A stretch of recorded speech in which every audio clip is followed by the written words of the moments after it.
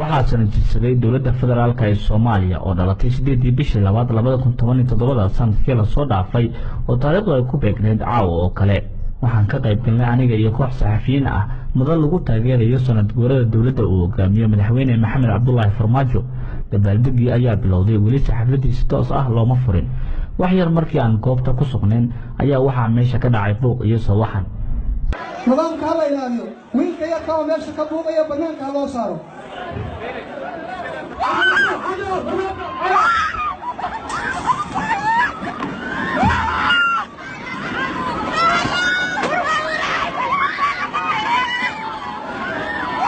haddaba daawada dabcan waxaad isweydiinaysaa halkee ayay xaajadu ka halowday ileen waa tii lagu guda jiray farxad iyo dabaaldeg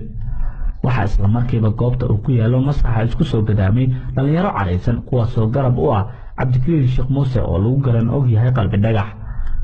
haddii ay kula tahay markii koowaad ee aad maqlaysid magaca qalbi dhagax waa sargaal sare oo ka tirsan jabhadda ONLF oo 27 Agoosto dowladda Soomaaliya ay u gacan gelisay dhigeeda Itoobiya waxayna dhalinyarada ku hadaqeen hadallo ay ka mid yihiin nabad iyo nolol ha dhacdo magacaas oo asal u ah xukuumadda uu hogaamiyo Ra'iisul Wasaare Xasan Cali Khayre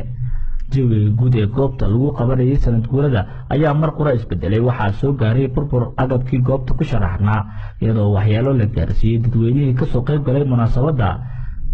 haddii aan dib u milicsano sanad ka hor xilligan oo kale sidee ayuu ahaa dareenka shacabka ku nool magaalada Nairobi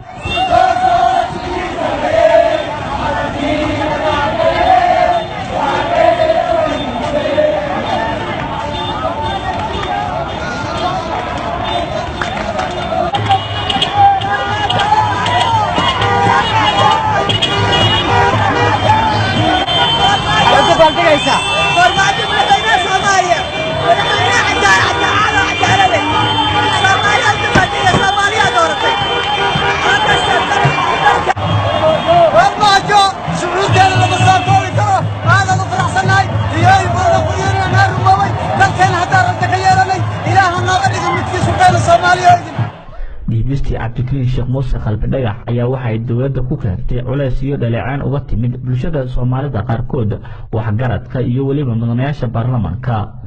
madaxweyne Maxamed Cabdullaahi Farmaajo muxuu ka yiri arrinka qalbi dhagax waxaan ognahay in baarlamaanka Soomaaliyeed ee golaha shacabku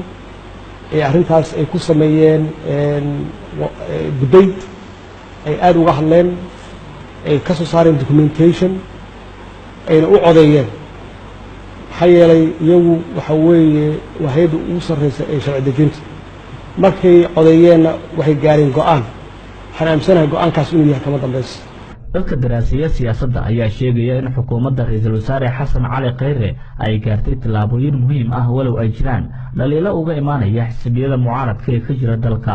Keenan Cabdulqaadir Xuseen Kalson TV Nairobi